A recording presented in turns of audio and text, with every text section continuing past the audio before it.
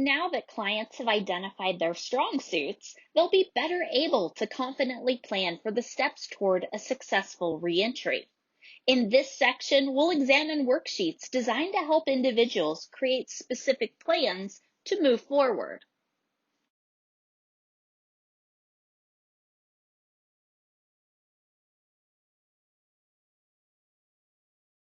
In the previous section, we had individuals begin identifying their goals.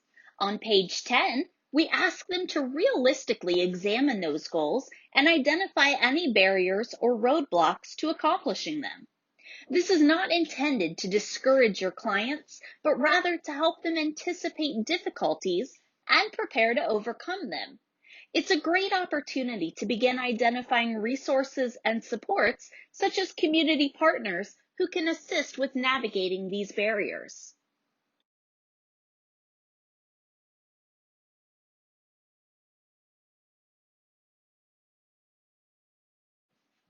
If your client is working through the book cover to cover, by the time they reach My Plan on page 11 of the workbook, they'll already have much of the necessary information to develop a specific plan to accomplish one of their goals.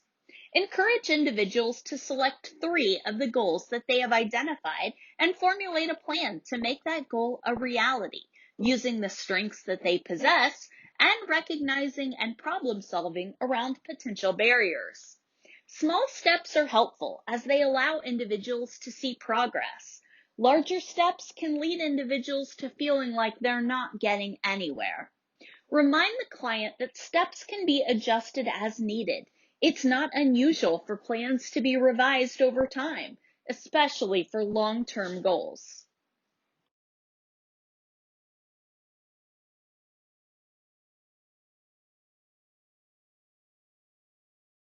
The people, places, and things that we surround ourselves with have a tremendous impact on our behavior.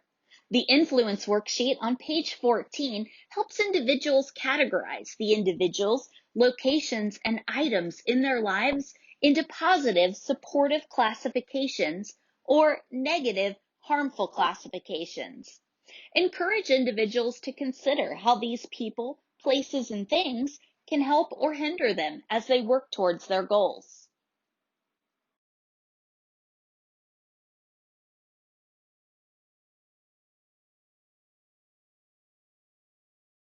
As we just saw on the influences worksheet, relationships can have a positive or negative impact on us.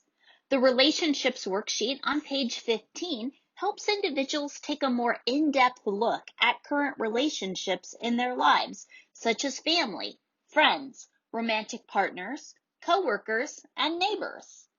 Few relationships are all bad or all good, and in many instances, it's not as simple as ending a relationship with a person who has a negative influence. The boundaries worksheet on page 21 encourages individuals to identify strategies to set clear boundaries to manage these relationships while staying healthy, safe, and successful.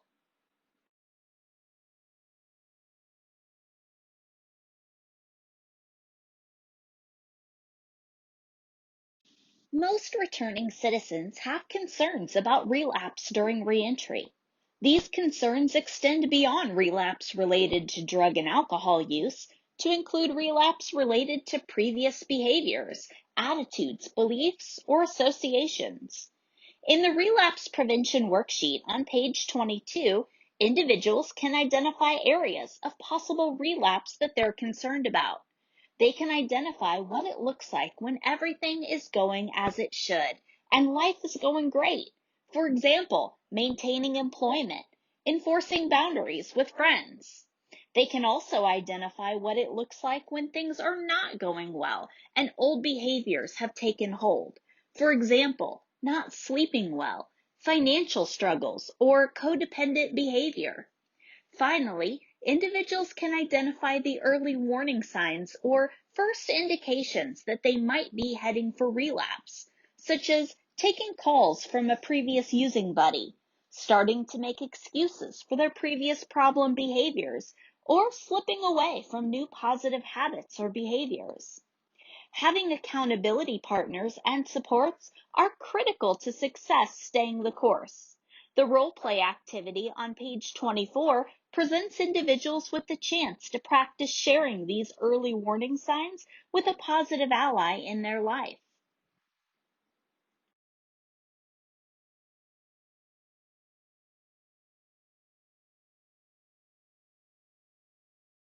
One of the most powerful things for clients to take with them into reentry is a clear relapse prevention plan. On page 25, participants can develop a method for turning it around if those early warning signs start to appear. They can identify the resources and supports who can help them, as well as the skills and coping techniques they have to return to a positive state of well-being.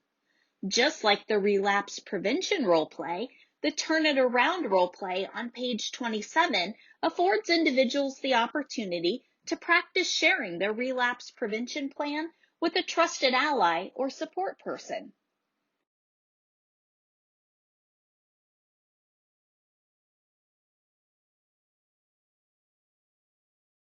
Perhaps one of the most worrisome aspects of reentry for returning citizens is where they'll be living after release. The housing plan worksheet on page 28 gives individuals a space to brainstorm and evaluate possible housing options. As you'll notice, it's a worksheet that's broad enough that it can encompass any needs or situations the client has, such as children, family, sobriety, location, and finances.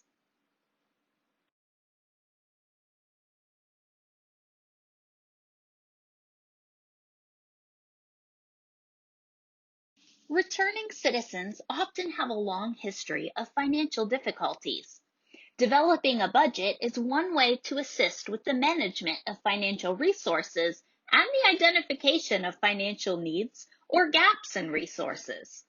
It's a great idea to begin with creating a budget for the remainder of the incarceration period in order to get clients used to living within a budget and, if possible, to focus on saving for release. The institution budget on page 30 can be a great way to begin this process. Getting an idea of how much they'll have upon release can help to know what financial assistance might be needed in the future. As individuals prepare for life outside the facility, they'll rely on the community budget on page 32. While budgeting within the community, they'll want to make sure to include expenses for others in their care, such as children's medication, schooling, or supplies. A benefit of creating a budget is to see if spending needs to adjust, where it's possible to adjust it, as well as potential ways to bring in more income. The first budget will likely be an estimated budget off of anticipated income and expenses. As such, a second copy is provided so individuals can adjust after they've gotten settled into the community.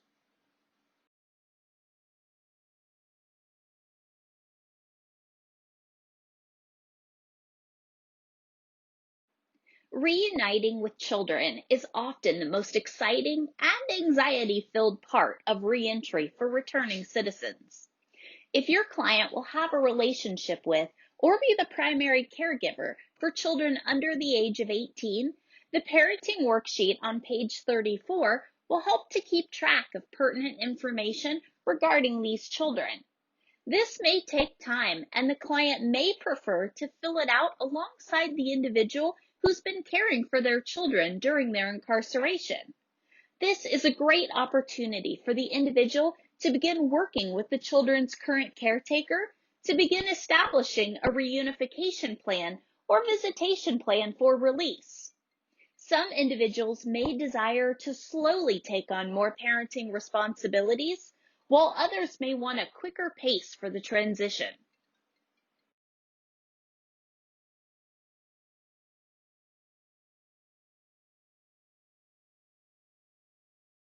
Have the client focus on what the children's current living situation is, as well as what rules and consequences they're used to.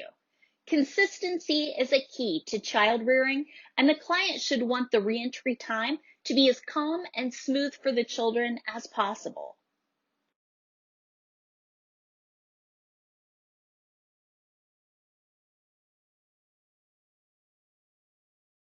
During this time, it might also be a great idea to help your client role play how they'll explain their incarceration to their child or how they'll explain it to others connected to their children.